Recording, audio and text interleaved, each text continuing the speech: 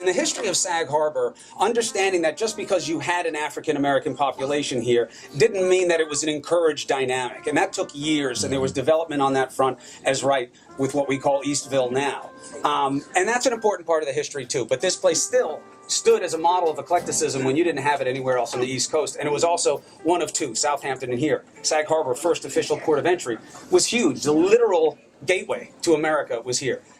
You now see this place culturally as reflecting an eclecticism and a dynamic that is still, in this day and age, with the irony of this being one of the oldest places in the country, one of the newest things that we're working on, which is seeing people as what they provide in their collective as opposed to what boxes they check. Because of the rich history that it has for people who look like me.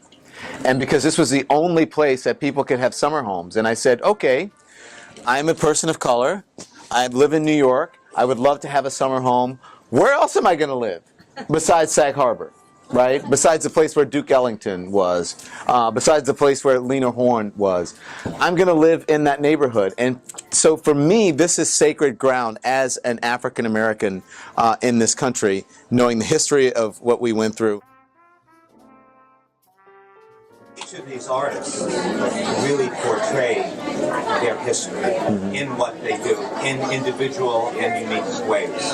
Like Philip has a painting, George Stiebel is the first Jamaican to become a millionaire. Harmonia is more focused on religion and that kind of history.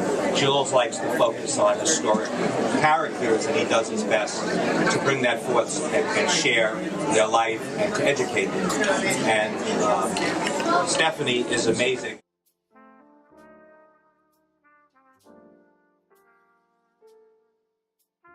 To the artistic. How will our artists convey what the words aren't getting done? How will they capture moments? How will they allow it to be communicated as a state of present sense impression, but also a historical notion? And that's tricky. And you wind up turning to a select group of people, and we're lucky to be joined by some who take up that ambition for us tonight. So first.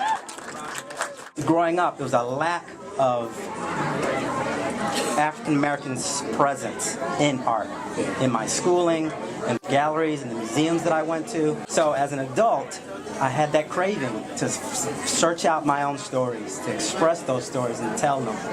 And that's one of the driving forces behind my work.